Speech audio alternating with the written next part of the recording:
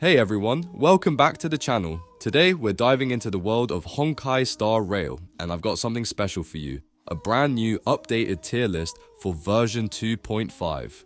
Now, if you're anything like me, you know how crazy this game can get when it comes to picking the best characters, whether you're struggling to smash through story content or gearing up for those insane boss challenges. Having the right character in your lineup makes all the difference. So, we've tested every character in this latest update to bring you the absolute best. And yeah, we're talking about S tier domination here, but don't worry if you're not rolling in 5-star luck just yet. With Hoyo vs Gacha system, it can be hit or miss, but that's where we come in to help you navigate through the madness. From top tier powerhouses to characters that might need a little more love, we've got you covered. And hey, if you're still holding out for that dream pool, don't forget to grab the latest Honkai Star Rail codes for some free pulls, because who doesn't love free stuff, right? Alright, let's jump into the rankings and find out who's gonna carry your team to victory. I'm quickly moving on to the video and I'm ranking characters in Honkai Star Rail. Before we start, if you enjoy these types of tier list videos, don't forget to like the video and subscribe. Enjoy watching. My friends, only 0.1% of viewers subscribe. If you like this type of content, please do not forget to subscribe to the channel. Thank you in advance for your support.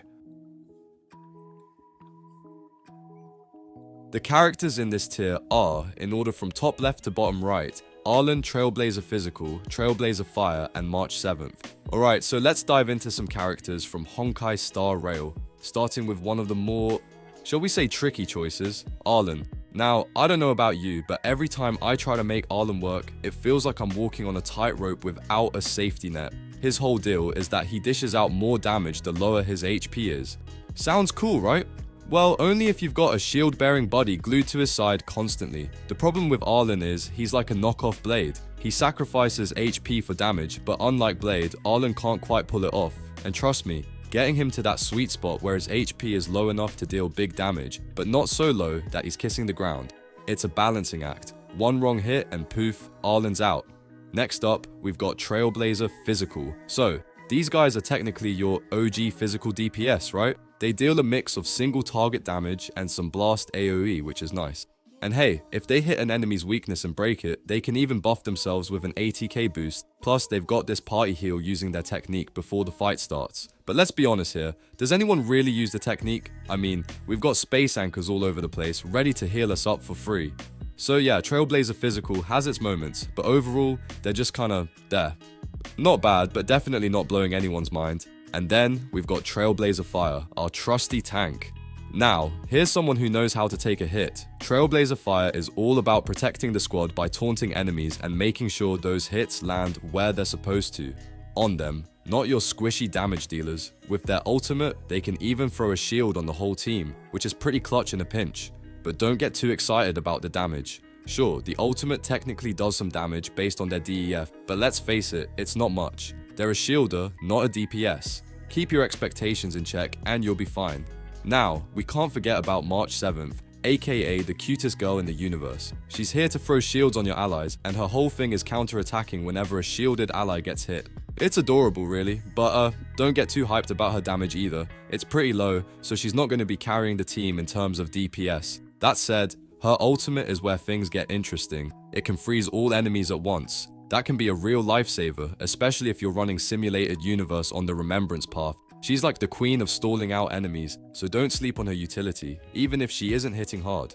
Arlen, Trailblazer Physical, Trailblazer Fire, and March 7th. These guys all have their niches, but let's be real, they're definitely on the lower end of the tier list. They've got some cool tricks, but they're not the ones you're going to be building your dream team around. If you're running them, it's probably because you haven't pulled anyone better yet. But hey, we've all been there, right? You make do with what you've got, and sometimes it's fun to mess around with the underdogs. So, if you're looking to have a good time and try out some unconventional picks, go for it. But if you're aiming for the meta, maybe, just maybe, leave these guys on the bench. The characters in this tier are, in order from top left to bottom right, Hook, Misha, Welt, Dan Heng, Herta, Serval, Yanking, Yukong, and Natasha. Alright, let's dive into some of the C tier characters in Honkai Star Rail. Now, don't get me wrong, just because they're in C tier doesn't mean they're completely useless. They all have their moments where they shine, especially if you build them right or pair them with the right team. But generally speaking, they fall a bit short compared to the A tier or S tier powerhouses. Starting off with Hook, who's a DPS character that relies heavily on burn damage over time, DOT. The burn effect is decent, but the problem is it takes a while to rack up serious damage. If you're looking for consistent, heavy-hitting DPS right from the get-go, Hook might leave you a little underwhelmed. That said, she's still pretty fun to use if you enjoy watching enemies slowly melt away. Then, we've got Misha. Now, Misha's talent is activated through skill points, which is cool in theory. This boosts the number of hits per action for her ultimate. It's a neat mechanic, but it takes a bit of setup. You've got to manage her skill points carefully, and if you mess up, her impact can feel pretty lackluster. So she's one of those characters that really requires finesse to get the most out of her.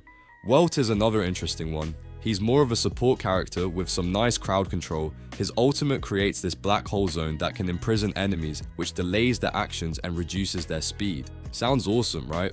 But the thing is, it's situational. If you can time it just right, it's super useful, especially against bosses. But if you miss that window, you'll be left wondering why you brought him to the fight. Now, let's talk about Dan Heng. He's a single target DPS character who thrives on reducing enemy speed. If you land a critical hit, his skill slows down enemies, making his ultimate even more effective. But again, it's all about timing. If you're not managing his crits and debuffs properly, he just won't feel as impactful. Still, if you like a bit of strategy with your damage dealers, Dan Heng can be pretty satisfying to play.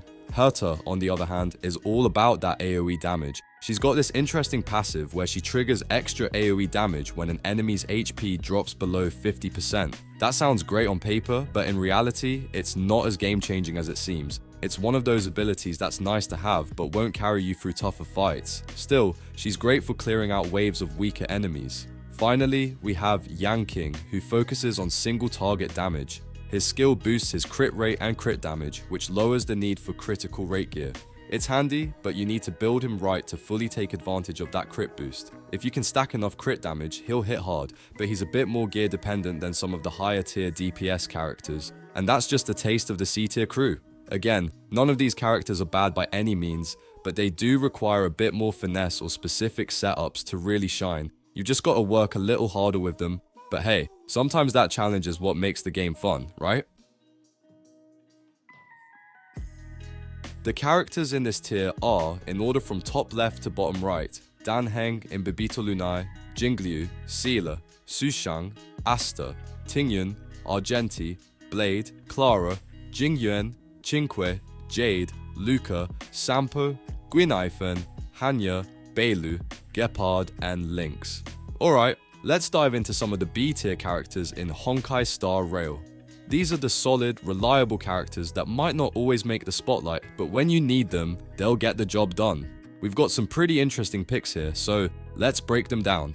First up, we've got Dan Heng in Bibito Lunai, and this guy, he's all about enhancing that basic attack. You'd think basic attacks would be, well, basic, but not with Dan Heng. His skill pumps up his basic attacks, so if you're into simple but effective playstyles, he's your guy. He doesn't need a lot of frills to hit hard, and that's his charm. Now, Jingliu is another interesting one because honestly, it's all about timing with her. When she gets 2 stacks of Saizji, boom, she's empowered with a higher crit rate, and she just starts tearing things up. It's like flipping a switch from okay damage to let me just wreck everything. Plus, her ability to deal damage to adjacent enemies makes her pretty handy in multi-target fights. And let's talk about Seal for a sec. She's a bit of a snowball character, you know? Once she gets going, especially with teammate buffs, her damage really ramps up. The best part? If she finishes off an enemy, her talent Resurgence kicks in, giving her another turn. You can just keep the pressure on with her. She's like a wrecking ball that doesn't want to stop. Now, moving on to Blade, this guy is a wild ride. He's all about balancing his health and damage. The lower his health, the higher his damage output, which sounds risky, right? Well, that's why he pairs so well with healers. He's this crazy high damage dealer, but you've got to keep him alive long enough to unleash his full potential. Play him right, and Blade will just slice through enemies like butter. Then, we've got Bailu, who's like the team mom. Seriously, she's the one who keeps everyone healthy and in the game. What makes her even better? She can revive an ally once per battle. That's huge. It's like having a second chance when things go south, which, let's be honest, happens more often than we'd like. Her healing is strong, and if you've got her on your team, you can push through some pretty tough fights. Finally, let's not forget Japard. This guy is all about defense. His ultimate? It throws up a massive shield based on his DEF stat, covering the entire team. If you know a big attack is coming, slap that shield down and your team's gonna walk out of it just fine. Gepard is the guy you want when things get tough, and you need someone to hold the line. So, that's a quick rundown of some of our B tier stars. These characters may not always steal the show, but trust me, they've got a lot going for them when you use them right. Keep them in your roster and don't underestimate the power of a well-rounded team. The characters in this tier are, in order from top left to bottom right, Himeko, Yunli, Black Swan, Kafka, Mozi, Shueyi, Bronya, Jiaoqiu, Pella, Sparkle, and Luocha. Alright, let's dive into some of the top characters you're going to want to know about in Honkai Star Rail. These A-tier legends are all about power and utility, but they come with a few quirks, so let's break them down. First up, Himeko. She's your go-to AoE DPS monster. What makes her so special is that the more enemies you smack with weakness break, the more damage she dishes out. She's like a ticking time bomb, and if you play your cards right, she's going to obliterate the battlefield. The only thing is, to get her full potential, you need to be good at targeting those weakness breaks. But trust me, when you nail it, she's a beast. Now, Yunli is a bit of a tricky one. She's incredible, don't get me wrong, but she really, and I mean really, relies on her light cone. It's what gives her the power to tank hits, and without it, she's not nearly as effective. The whole point of Yunli's kit is that she needs to get hit to deal damage. So, if you don't have that light cone, you'll want to switch over to someone like Lynx, who can at least keep her aggro up. Oh, and one more thing, Yunli doesn't love auto battle. You've got to be hands-on to get the best out of her because her ultimate needs perfect timing. Let's talk about Black Swan. She's all about those DOT effects. Damage overtime, baby. Her Sacrament ability kicks in when she's attacking enemies already suffering from DOTs, and if you can keep those Arcana stacks up to 7 or more, she just gets better and better. But the real magic happens when you use her ultimate. It extends the duration of those stacks, giving her a solid edge in longer fights. If you love watching enemies slowly crumble, Black Swan is your girl. And speaking of DOTs, Kafka does a similar thing but with even more flair. Her ultimate throws out a ton of damage over time, and if the enemies already have darts on them, her skill just slaps harder. She's great for those fights where you want to set it and forget it, letting the damage just tick away while you focus on other things. Next, we've got Moser, and wow, this guy is follow-up attack heaven. He's like Topaz in that sense, but with extra toughness damage, even though he's not technically a break unit. What's funny is that he's untargetable most of the time, so you don't even have to worry about his defense stats, which are, well, bad. He's perfect for follow-up teams, but here's the kicker. He doesn't do so well with energy management, and his AoE pretty much non-existent. So, he's fantastic in certain comps, but not exactly versatile. Finally, there's Luocha, the healer with a twist. He's all about keeping your team alive, and his ultimate does double duty, dispelling debuffs and dealing AoE imaginary damage. Plus, he's got this whole Abyss Flower thing going on, and when it hits 3 stacks, he creates a field where your team gets healed just by attacking enemies. It's super satisfying when you can set it up, especially in tougher battles where every little bit of healing counts. There you go, some of the best A-tier characters in Honkai Star Rail. Each of them brings something unique to the table, but you've got to know how to play them right to unlock their full potential. Trust me, once you do, they'll carry you far. The characters in this tier are, in order from top left to bottom right, Acheron, Dr. Ratio, March 7th, The Hunt, Topaz and Numbi, Robin, Silver Wolf, Fu Xuan, and Huo Hu. Alright, let's dive into the best of the best in Honkai Star Rail. We're talking S-tier characters here, the cream of the crop that can seriously elevate your gameplay. Let's break down why these guys are absolutely top tier. First up is Acheron. This guy is a powerhouse when it comes to inflicting debuffs. Every time Acheron lands a debuff, he racks up slashed dream points and slaps a crimson knot on the enemy. Once he hits 9 points, his ultimate goes live, and it's game over for the enemy if they've got a bunch of crimson knot stacks. More stacks mean more damage, simple and effective. Next, we've got Dr. Ratio, who thrives on teamwork. He depends on his allies to hit enemies with debuffs, and then he capitalizes on that to boost his own damage. It's all about synergy with Dr. Ratio. You want to build your team around him to maximize his potential. March 7th. The Hunt is another fantastic character who's making waves, especially since she's a free 4-star character. She's versatile with 2 build options, crit or break. This flexibility allows her to fit into a variety of teams. As a sub DPS, she not only deals great damage, but also buffs her Shifu. Plus, there's potential for even more Eidolons in the future, so March could get even better. Then there's Topaz and Numbi. Topaz's skill is a game changer, making targets more vulnerable to follow-up attacks. And with Numbi around, every attack counts as a follow-up, which means you're stacking up damage quickly. It's a 1-2 punch that's hard to beat. Robin is all about support and damage. Her ultimate throws everyone into the concerto state, where all allies can act immediately and get a nice ATK boost based on Robin's own ATK. Plus, every time an ally attacks, Robin deals extra physical damage to a single target. It's a solid way to boost your team's overall performance. Last but not least, we have Huo Huo. Her ultimate is a game changer, regenerating energy for all allies and boosting their ATK%. This makes her invaluable in prolonged battles, where sustaining your team's energy and attack power can turn the tide. So, there you have it. These S-tier characters are game changers in Honkai Star Rail, bringing a mix of damage, support, and utility that can take your game to the next level. If you've got them on your team, you're definitely in for a treat. The characters in this tier are, in order from top left to bottom right, Fei Xiao, Boot Hill, Firefly, Ruin Mei, Trailblazer Imaginary, Aventurine, and Gallagher. Alright, let's dive into some of the most incredible S+ tier characters in Honkai Star Rail. We're talking about powerhouses that can carry your team and leave your enemies in the dust. If you're lucky enough to have pulled these characters, you know exactly what I mean. Let's break it down. First up, Fei Xiao. She's the queen of single target DPS, and honestly, you can't go wrong with her. The beauty of Fei Xiao is her simplicity. No need for complicated setups, no long ramp up time, just pure damage from the get-go.